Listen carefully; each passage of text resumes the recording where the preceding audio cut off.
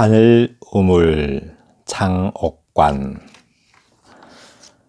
한때 나는 새의 무덤이 하늘에 있는 줄 알았다.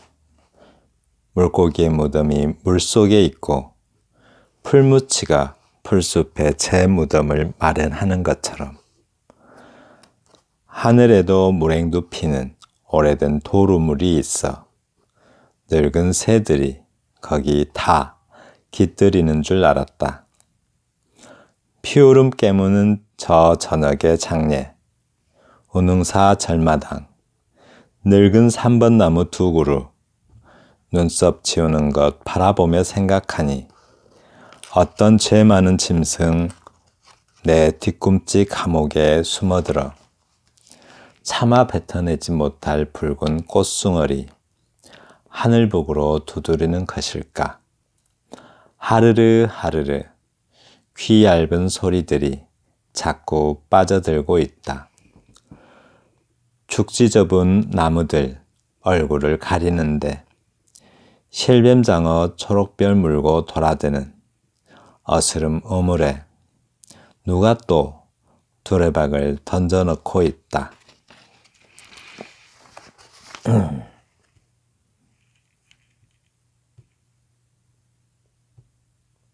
네. 상징, 이번 영상부터는 상징과 원형에 대해서 다루게 되는데요. 상징의 의의와 성격 알아보고요. 기호, 은유, 알레고리와의 상관관계, 개인적 상징과 간섭적 상징, 원형적 상징, 이 부분이 아주 중요하죠. 원형적 상징, 상징 어떻게 만들 것인가에 대해서 살펴봅니다. 상징의 의의와 성격하고 나오는데요. 상징이 뭘까요? 상징이 우선 상징이 한자로 코끼리 상자에다가 불을 징자를 써요. 이렇게 이 코끼리 상은 모양이 이제 이 코끼리상, 이거는 코끼리상인데 그 앞에 사람 인자를 붙이면 모양상이 됩니다. 그래서 사람이 없는 코끼리상자는 모양은 모양인데 원래의 모양이고 사람 인자가 붙으면 대체로 본뜬 모양입니다. 네, 그렇게 만든 어떤 역사적 유래가 있습니다. 근데 이제 아무튼 이거는 사람 인자가 없는 모양 상자입니다. 이 코끼리 상자는 모양 상자이기도 해요. 모양이 부른다 이런 뜻이에요. 그러니까 어떤 상이, 다시 말해서 어떤 모양이 뭔가를 부른다라는 건데, 그러니까 어떤 형상, 존재, 어떤 형상이, 그러니까 상징물이겠죠. 어떤 상징물이 뭔가를 불러서 생각나게 하는 것, 이게 상징이에요. 한자풀이로 하자면 어떤 형상이 뭔가를 불러서 생각나게 한다 이런 말인데, 그러한 대상물이, 그러한 물질이 상징이다라고 생각하시면 됩니다. 네. 시 하나 보는데요. 아주 애매할 수도 있는 시인데요. 자, 봐요. 굉장히 좋습니다. 시가 아주 좋은 시 같아요. 자, 제목이 하늘 우물 장옥관 시인의 시고요. 한때 나는 새의 무덤이 하늘에 있는 줄 알았다. 물고기의 무덤이 물속에 있고 풀무치가 풀숲에 제 무덤을 마련하는 것처럼 하늘에도 물행도 피는 오래된 도루물이 있어 늙은 새들이 거기 다 깃들이는 줄 알았다. 여기까지 보시면 그러니까 한때 나는 새의 무덤이 하늘에 있는 줄 알았다라고 하는데, 이렇게 새의 무덤이 하늘에 있는 줄 알았대요. 왜요? 새들이 하늘에서 생활하니까 생활하는 터전이 그들의 무덤이 되는 곳인 줄 알았다라고 말합니다. 그러니까 그러니까 새들이 하늘에서 생활을 하잖아요. 활동을 하고. 그러니까 거기에 무덤이 있어야, 그러니까 죽음이 있어야, 그러니까 삶의 터전이 무덤이어야만 죽음이 있어야 거기에서 새 생명이 있을 것이잖아요. 만약에 죽음만 있고 생명이 없으면 새로운 생명이 이어지지가 않겠죠. 그래서 만약에 죽음이 없으면 새로운 생명도 없을 것이기 때문에 저 하늘에 늘 새가 있어서 무덤이 하늘에 있는 줄 알았다라고 합니다. 물고기의 무덤이 물속에 있고 그리고 풀무치가 풀숲에 제 무덤을 마련하는 것처럼 하늘에도 물행두 피는 오래된 우물이 있어 라고 하죠. 물고기는 물속이 생활터전이잖아요. 그래서 물속이 생활터전인데 그 물속에서 계속 물고기가 있는 걸로 봐서 물속에 무덤이 있어서 거기에 죽음이 많이 있으니까, 그죠? 늘 물속에 무덤이 있어서 죽음이 늘 있으니까 늘 새 생명이 물속에 존재하는 것이겠죠. 네. 그러기도 하고, 풀무치가, 그죠? 풀무치는 왜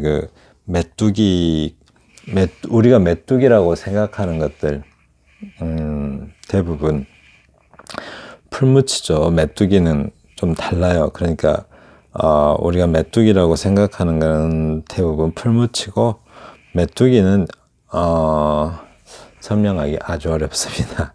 그러니까 풀무치는 왠지 무늬가 있어요. 그 몸뚱아리에 무늬가 있는데, 메뚜기는 아주 깔끔한 녹색입니다. 그게 좀 달라요. 아주 깔끔한 녹색이어서. 네, 식물 읽어주는 시인 가시면, 이건 안 나오겠군요. 곤충도 많이 설명합니다. 거기서는. 자, 풀무치가 풀숲은 풀무치의 생활터전이죠. 그래서 늘 풀숲에 풀무치가 있는 걸로 봐서, 풀숲이, 아마 풀무치의 죽음의 장소일 것이다 라고 해요. 그래야 풀숲에서 풀무치가 죽어야, 풀숲에 무덤이 있어서 거기 죽음이 묻혀야만이 늘 새로운 풀무치의 생명이 있겠죠. 그러는 것처럼 하늘에도 물행두 피는 오래된 도루물이 있어. 이 우물. 이 우물의 속성이 어디로 전이되는 느낌이 없죠. 이러면 상징입니다. 이렇게. 뭔가로 그러니까 내 마음은 호수다 하면은 호수가 가지고 있는 어떤 속성들, 잔잔하고 고요하고 평온하고 이런 속성들이 내 마음으로 전이되는 느낌이 있잖아요. 그런데 그런 어떤 속성의 어떤 전이가 없어요. 지금 이런 경우, 그죠? 그래서 이런 우물은 그래서 상징이 되는 건데 아마 상징은 계속 자세히 할 겁니다. 지금 이 시범적으로 이 시가 제시됐어요. 왠지 은유 같기도 하고 상징 같기도 하는데 우선 느껴보라고 제시하는 겁니다. 네. 그래서 하늘에도 물행두 피는 오래된 우물이 있어. 네. 늙은 새들이 거기 다 깃들이는 줄 알았다라고 합니다. 늙은 새들이 하늘에 있는 이유가 아마 도루물, 그 우물이 무덤이라고 생각하는 거죠. 우물은 늘 생명의 근원이잖아요. 물은 생명의 근원인데 그 생명의 근원은 무덤인 것과 마찬가지라는 거죠. 거기에 무덤이 있기에 생명이 이렇게 태어나는 거죠. 네. 늙은 새들이 거기에 다 깃들이는 줄 알았다라고 합니다. 깃들다와 깃들이다는 다르죠. 원래 깃은 새 날개 깃을 말하는 거고, 깃들다는 어떤 색깔이나 무슨 분위기 같은 것이 거기에 스며들다 이런 뜻이고, 깃들이다는 날개깃을 들여놓는다 이런 의미인데, 한마디로 어디에 자리 잡고 살다 이런 말이에요. 깃들이다는. 네, 특히 새가 깃을 들여놓는다 이런 말이니까 자리 잡고 거기에서 산다 이런 의미예요. 네. 제비가 집 처마 밑에 자리 잡고 사는 것을 제비가 처마에 깃들인다 라고 말하는 겁니다. 네. 그래서 늙은 새들이 하늘에 깃들이고 네, 거기에 자리 잡고 정착해서 사는 줄 알았다 라고 해요. 왜요? 거기가 죽을 곳이기 때문에. 네. 그렇죠. 그래서 피오름 깨무는 저녁에 장례라고, 피오름 하면 서럽게 우는 울음을 피오름이라고 그러죠. 그러니까 피오름 깨무는 저녁에 장례라고 하는데, 네, 지금 하늘이 서럽게 울고 있어요. 그래서 하늘이 피오름을 깨물고 있다고 합니다. 네, 저녁에 장례. 운흥사 절마당 늙은 3번 나무 두 그루. 네, 왠지 우물이 있을 것 같죠. 벚나무 딱 두 그루 있는 걸로 봐서. 눈썹 지우는 것 바라보며 생각하느니 어떤 죄 많은 짐승 내 뒤꿈치 감옥에 숨어들어 차마 뱉어내지 못할 붉은 꽃송아리 하늘북으로 두드리는 것일까라고 하네요. 네. 운흥사 절마당 늙은 3번 나무 두 그루. 3번 나무가 저는 식물을 대단히 식물 유튜브를 할 만큼 식물하고 친한데 늙은 3번 나무 보기는 참 어려워요. 예, 대부분 좀 오래 못 살죠. 3번 나무 같은 경우. 예. 그러니까 벚나무 우리가 길거리에서 보는 벚나무는 대부분 왕벚나무입니다. 네, 왕벚나무인데 일본에서 왔죠. 그리고 좀 설이 있어요. 제주도에서 일본으로 건너간 것 아닌가. 왜냐하면 왕벚나무 중에 가장 오래된 벚나무가 제주도에서 발견됐기 때문에 일본의 벚나무보다 더 오래돼서 제주도산이 아닐까라는 설도 있고, 원래 일본이 이제 좀 가장 먼저라고 이제 또 생각하는 설도 있고 그런가 봐요. 근데 이제 우리가 꽃이 먼저 피고 잎이 나중에 피는 그 길거리에서 보는 벚나무는 다 왕벚나무입니다. 이제 또 저기 수양벚나무도 꽃이 먼저 피는데 그거는 한국에 있어요. 어디 가면 있냐면 수양벚나무는 이렇게 수양버들처럼 축축 처져요, 아래로. 그런 벚나무인데 덕수궁에 가면은 거기에 수양벚나무가 있어요. 쭉쭉 처지는 수양벚나무. 그리고 이제 우리가 3번나무라고 생각하는 거는 세 가지가 있는데, 그냥 벚나무도 우리는 3번나무로 착각해요. 그리고 3번나무, 잔털벚나무라고 있는데, 이 세 가지를 우리는 그냥 다 3번나무라고 해요. 그냥 벚나무는, 구별하기 굉장히 어려워요. 그냥 꽃을 봐야 되는데 그 꽃을 보시면 밑에 손으로 집을 수 있는 어떤 그 자루 같은 거 있죠. 빗자루 같이 생긴 거. 그거에 잔털이 없어요. 그 꽃자루라고 하는 건데 그 꽃자루에 잔털이 없고. 근데 3번 나무는 꽃자루 자체가 거의 없어요. 있긴 있는데 못 잡을 정도로 짧아요. 네, 그리고 잔털벚나무는 털이 좀 많습니다. 저는 잔털벚나무는 좀 본 적이 없고 벚나무와 3번나무는 구별을 할 수가 있어요. 그래서 딱 구별하기 좋죠. 벚나무는 꽃자루에 잔털이 없어서 녹색이 깔끔하게 되어 있습니다. 근데 3번나무는 꽃자루가 없어요. 그냥. 네, 그렇게 구별하시면 됩니다. 그래서 3번 나무가 우물가에 피어 있으면 왜 그러냐면 이 3번 나무들이 좀 계곡진 곳에 피기 때문에 우물가에 많이 핍니다. 네, 그런 거 아시면은 이런 시를 좀 관계지어서 쓸 수가 있겠죠. 눈썹 지우는 것 바라보며 생각하느니 눈썹을 지우고 있다고 그래요. 네, 그러니까 눈썹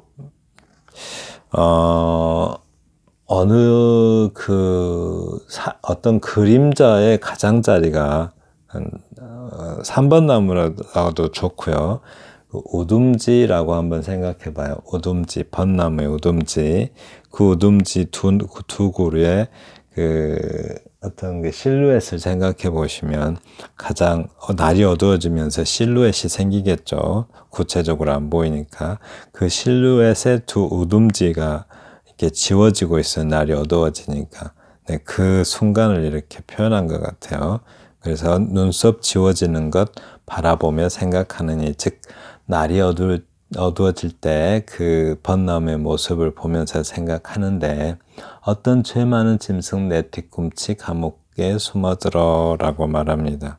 네, 어떤 죄 많은 짐승, 이런 것들도 이제 다, 그죠? 이런 것들도 이건 조금 은유적 그 구조를 가지고 있죠. 짐승이 내 발 뒤꿈치 감옥에 숨어든다고 한 걸로 봐서. 근데 이제 뭐 또 이런 경우는 아주 애매합니다. 네, 상징 같기도 하고 또 무슨 뭐 그렇죠. 그 은유 같기도 하고, 이거는 은유로 좀 보이죠. 네. 왜냐하면 짐승의 속성이 어디로 전이되는 듯한 느낌이 있잖아요. 그래서 은유로 보이기도 합니다. 네. 그래서 그러니까 화자가 어느새 벚나무와 동화됐어요. 이게. 예. 이미 이제 벚나무처럼 돼버렸죠. 차마 뱉어내지 못할 붉은 꽃숭어리, 꽃송이와 꽃숭어리를 구별해 주세요. 꽃숭어리는 그냥 그 장미꽃 같은 거 보면은 꽃이 한 송이만 핀 게 아니라 여러 송이 뭉탱이로 피어 있잖아요. 그런 걸 숭어리라고 그래요. 숭어리. 차마 뱉어내지 못할 붉은 숭어리, 하늘북으로 두드리는 것일까라고 합니다. 네. 그래서 하늘북으로 어떤 내 뒤꿈치에 짐승이 숨어들었으니까 이제 어떻게 해요? 나도 이제 그 짐승이 나에게도 전이됐죠. 또 어떤 면에서 내가 이미 벚나무가 되어 있기도 하고, 삼벚나무 같이. 네. 그래서 차마 뱉어내지 못할 붉은 숭어리, 하늘북으로 두드리는 것일까라고 하는데, 네. 하늘에 어떤 그 하늘북으로 두드리는 것일까? 여기서 좀 생각해 보실 게, 아까 그 피오름이라는 거 있었잖아요. 이렇게. 피오름도 빨간색이죠. 이렇게. 그죠? 붉은색이잖아요. 피오름. 네, 그것도 붉은색인데, 여기도 또 붉은 꽃숭어리 이렇게 말해요. 붉은 꽃숭어리. 왠지 그 하늘에 피오름 같은 어떤 울음이겠죠. 어쩌면 이제 그 저녁노을을 이렇게 표현할 수도, 저녁노을과 분위기를 맞춘 것 같기도 하고요. 네, 그렇게 보입니다. 하늘북으로 두드리는 것일까? 네, 하늘북 둥둥둥 두드리니까 어떻게 돼요? 네, 이제 뭔가 변화가 생기겠죠. 저렇게 청각적으로 저 하늘북으로 두드리는 것일까? 뭔가 지금 실제 어떤 소리가 있는 건 아닌데 시각을 청각적으로 이렇게 묘사하고 있죠. 네. 하르르 하르르, 이건 시각이죠. 이렇게 꽃이 이렇게 꽃잎이 떨어지는 듯한 그런 어떤 모습을 하르르 하르르, 시각인데 귀 얇은 소리들이 이렇게 소리로도 표현했어요. 소리, 청각으로. 그냥 하르르 하르르 자꾸만 우물 속에 빠져들고 그러면 너무 정태적인 느낌이 들잖아요. 고요하고. 그러니까 귀 얇은 소리들이 자꾸 빠져들고 라고 청각적 이미지로 살짝 네, 바꿔서 이렇게 표현하고 있어요. 아무래도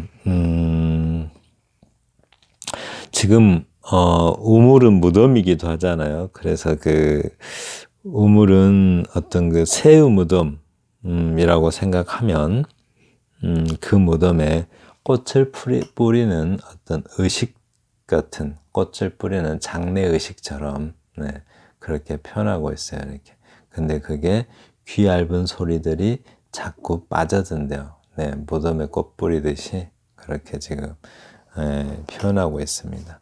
죽지 접은 나무들, 나무를 새로 보고 있죠. 이렇게 죽지 접은 나무들 얼굴을 가리는데, 이렇게 마치 지금 그러니까 죽지 접은 나무들이라고 이렇게 표현하는 거는 그러니까 어두워지니까 나무들이 이제 구체적으로 안 보이죠. 그래서 새가 날개 죽지를 접듯이 나무들이 죽지를 접었대요. 그래서 얼굴을 가린대요. 얼굴을 가리는데 이제 점점 어두워지는 겁니다. 그래서 어두워지니까 어둠으로 간다는 것도 죽음의 세계로 가는 것이기도 하죠. 또 어둠이 지나면 다시 아침이 오고 그러듯이 점점 이제 무덤에 이르는 거죠. 무덤. 네, 무덤에 이르는 거예요. 어두워져서 날개 죽지를 접은 새처럼 보이는 나무들이 어둠에 얼굴을 가린대요. 그래서 실뱀장어가 그 뱀장어 새끼를 말하죠.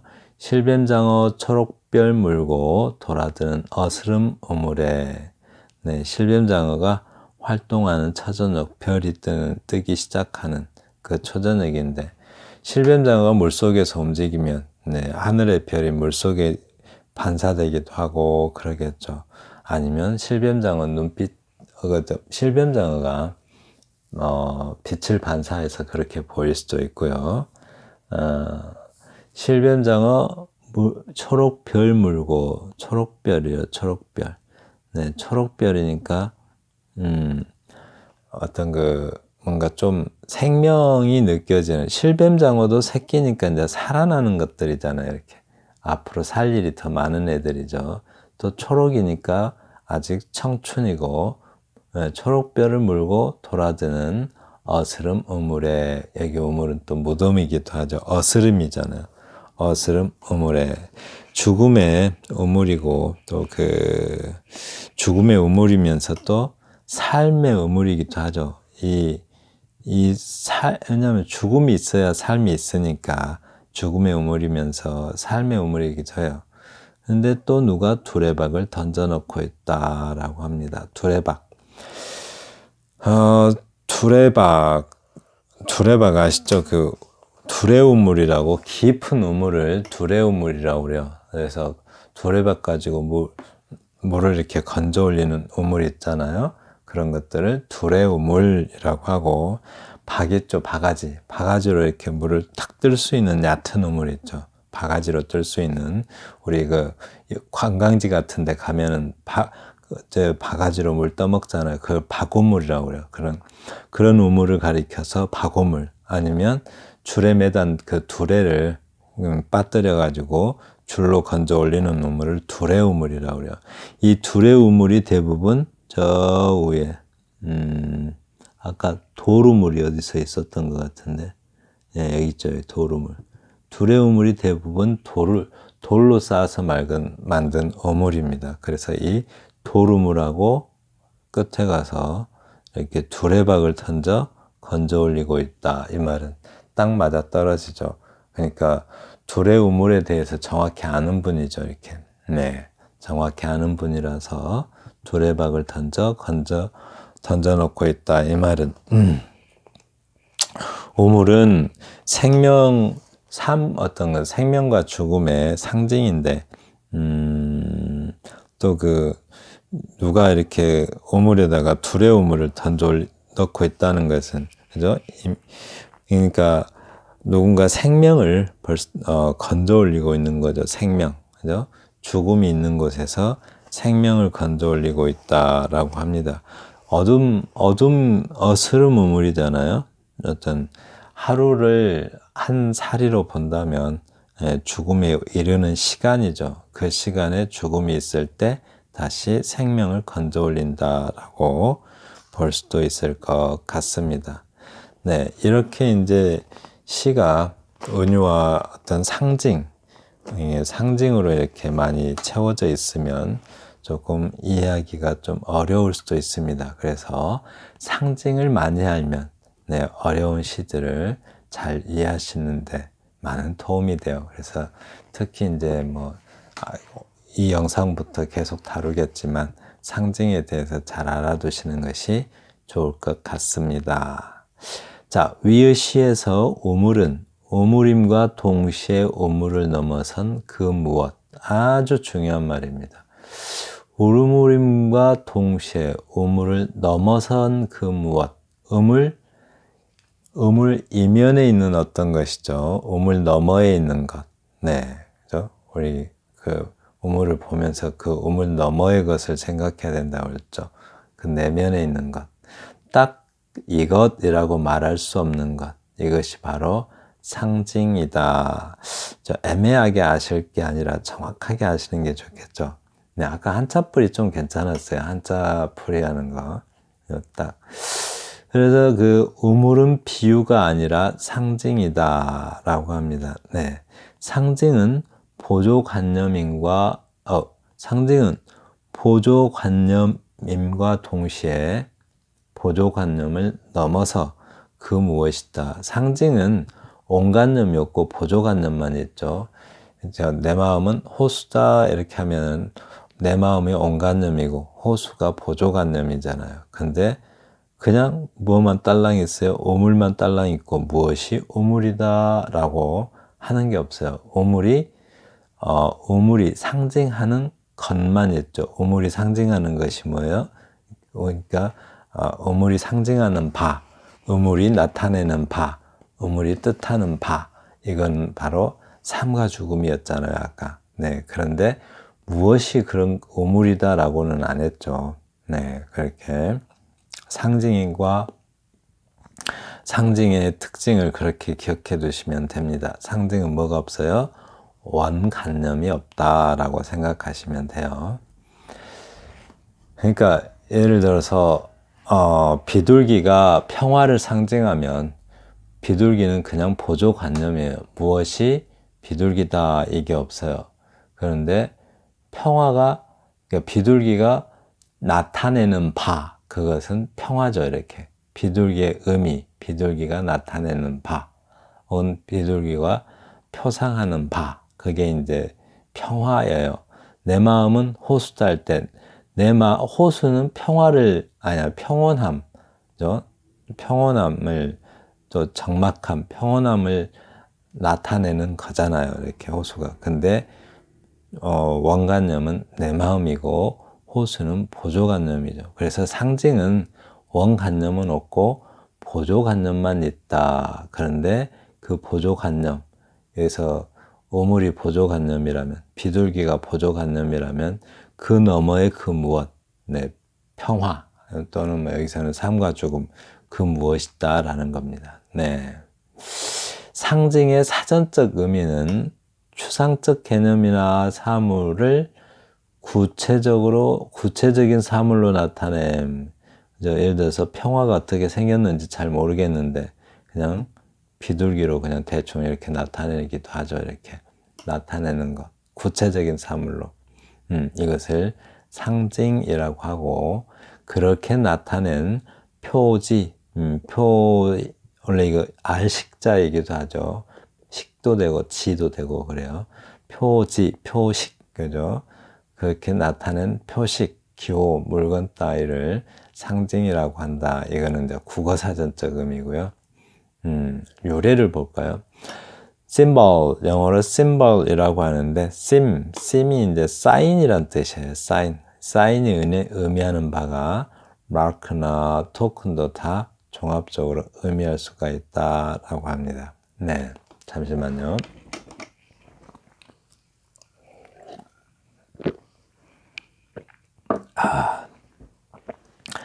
그래서 마크 표시고 사인 뭐 이렇게 우리가 간판도 사인이라고 그러죠. 눈에 띄게 하는 것, 그걸 사인이라고. 토크는 어떤 그 가리킴이란 뜻이에요.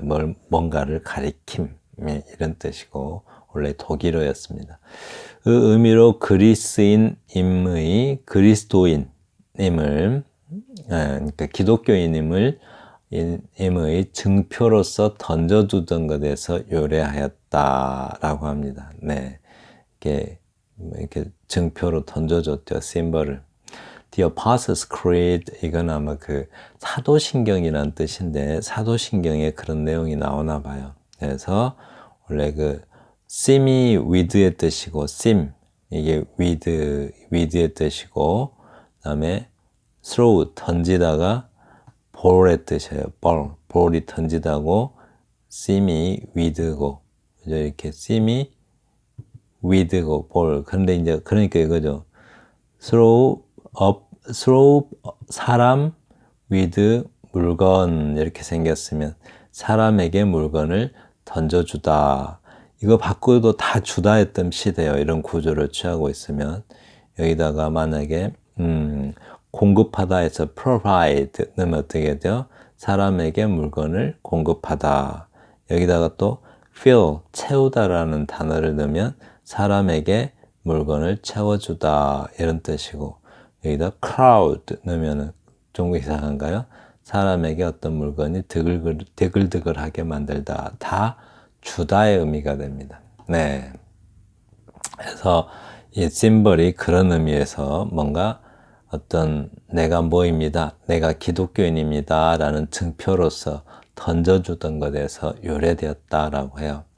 네. 그리고 토크는, 독일어로 어떤 가르치다, 네, 가르치다도 되고, 가르치다, 알리다, 이런 뜻인데, 원래 이제 그 게르만어인데, 그 두 사람이 헤어질 때, 동전을 반쪽이라는 의미로 담고 있다고 합니다.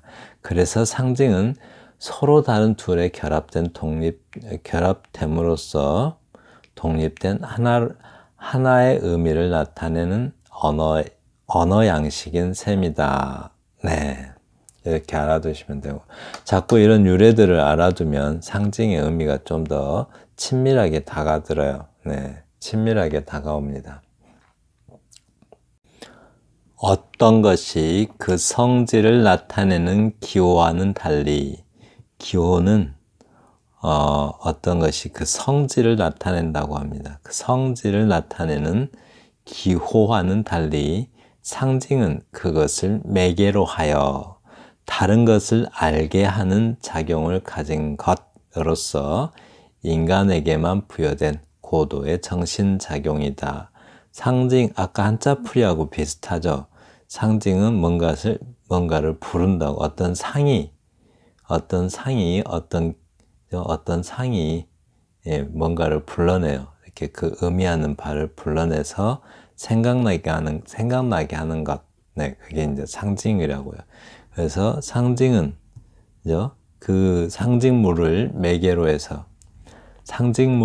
매개로 하여 다른 어떤 것을, 상징물, 비둘기를 매개로 하여 평화를 알게 하는 작용, 이렇게 이해하시면 되겠죠. 상징물, 즉 비둘기를 매개로 하여, 매개체로 해서 다른 것, 평화를 알게 하는 작용, 이렇게. 네, 이게 이제 상징이라는 겁니다. 인간에게만 부여된 고도의 정신작용이다. 비둘기의 속성을 이용해서 평화를 생각하게 하는, 그죠? 비둘기를 보면서 평화를 생각하고, 물을 보면서 물에서 우리는 뭘 또 생각해요? 물에서 삶을 의미하기도 하고, 또 죽음을 의미하기도 하고, 네, 이런 어떤 걸 떠올릴 수 있는 능력, 이거는 인간만이 가지고 있겠죠. 그래서 이렇게 고도의 정신작용이다라고 합니다. 이렇게. 네. 또 그렇죠. 이렇게 십자가를 보면서 예수 그리스도를 생각한다든가, 아니면 부처님을 보면서 어떤 그 깨달음을 생각한다든가, 그 부처님이 아니고 부처님 상이죠. 그거는 이제 그런 식으로 이제 상징이죠. 그런 것도. 상징은 원관념이 생략된 은유라고 말할 수 있다라고 합니다. 원관념이 생략된 은유를 뭐라 그래요? 암시적 은유라고 하는데, 이거는 이제 브룩스가 주장한 건데요. 이게 이제 정확히 맞는 말은 아니라고 해요. 왜냐하면 밑에 나옵니다. 잡아요. 상징은 온관념이 생략된 은유라고 할 수 있다. 거의 구별이 잘 안 될 정도로 맞는 말이기는 해요. 근데 잘 봐요. 소녀들의 장미 동산에 있는 장미라고 했어요. 소녀들은 그냥 소녀의 장미라고 해도 되겠죠. 왜냐하면 이 장미의 속성이 소녀에게 전이가 돼요. 그래서 어떤 소녀의 사랑, 순수한 사랑, 뜨거운 사랑, 이런 걸 의미할 수 있겠죠. 장미가 뜨거운 사랑, 순수한 사랑, 이걸 의미한다면, 근데 장미의 속성이 소녀에게 전이가 되기 때문에 이런 경우는 은유라고 할 수가 있어요. 그런데 그냥 장미만 딸랑 놓고 있으면 장미는 사랑을 상징하기만 하죠. 어디에 어떤 속성이 전이가 되지 않기 때문에 그냥 상징이기만 해요. 근데 그 속성이 비유적인 속성이죠. 비유적인 속성이 전이가 있는 구조라면 그것을 은유라고 해요. 은유.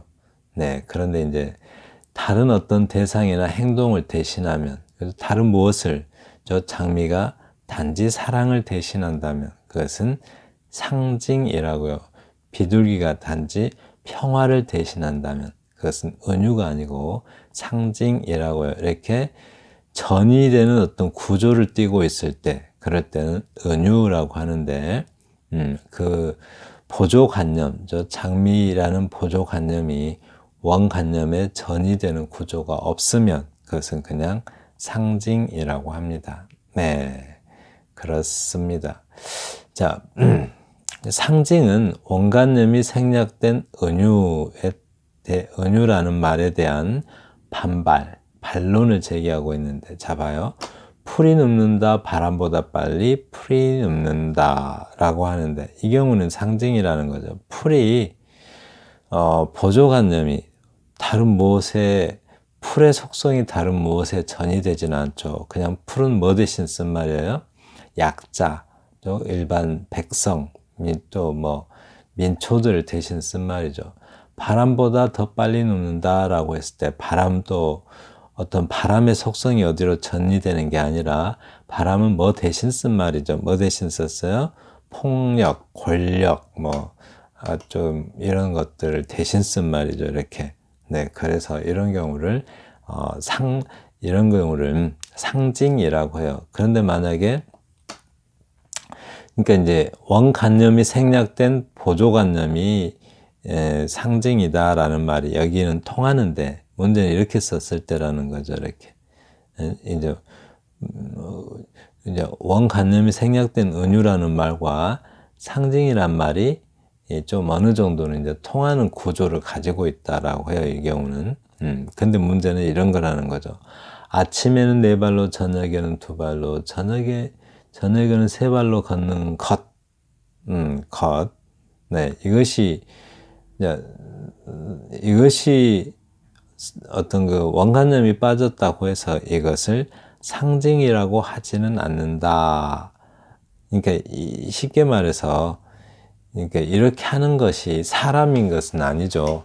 그냥 사람인 것을 의미하는 어떤 설명인 것이지, 이것이 사람을 상징하고 있다고 말할 수는 없다는 거죠. 이렇게. 네. 좀 이해가 되죠. 그러니까 이 행동, 이렇게 4발로 걷고, 아침에 4발로 걷고, 점심에 2발로 걷고, 저녁에 3발로 걷는 것, 이것이 인간을 상징하지는 않는다는 거죠.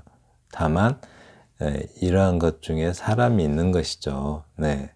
그래서 원관념이 생략된 은유와 상징이 같은 것이다라고 하는 것에는 좀 문제가 있어 보인다라고 합니다. 그래서 상징은 이미지가 비교적 명확히 잡히는 은유와는 달리 그 경계가 명확하게는 잡히지 않는 독특한 속성을 지니고 있다라고 합니다. 근데 이 경우는 이제 원관념이 생략된 은유다라고 말하기는 조금, 그렇게 이해하시는 것은 조금 바람직하지 않은 것 같아요. 그냥 상징으로 이해하시는 것이 좀 더 바람직해 보입니다.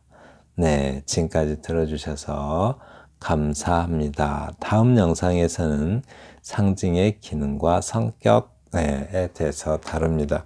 상징을 알면, 상징을 제대로 이해하고 계시면 어려운 시 읽는데 참 유리해요. 그래서 상징을 좀 잘 공부해 두시라고 추천합니다. 네, 감사합니다.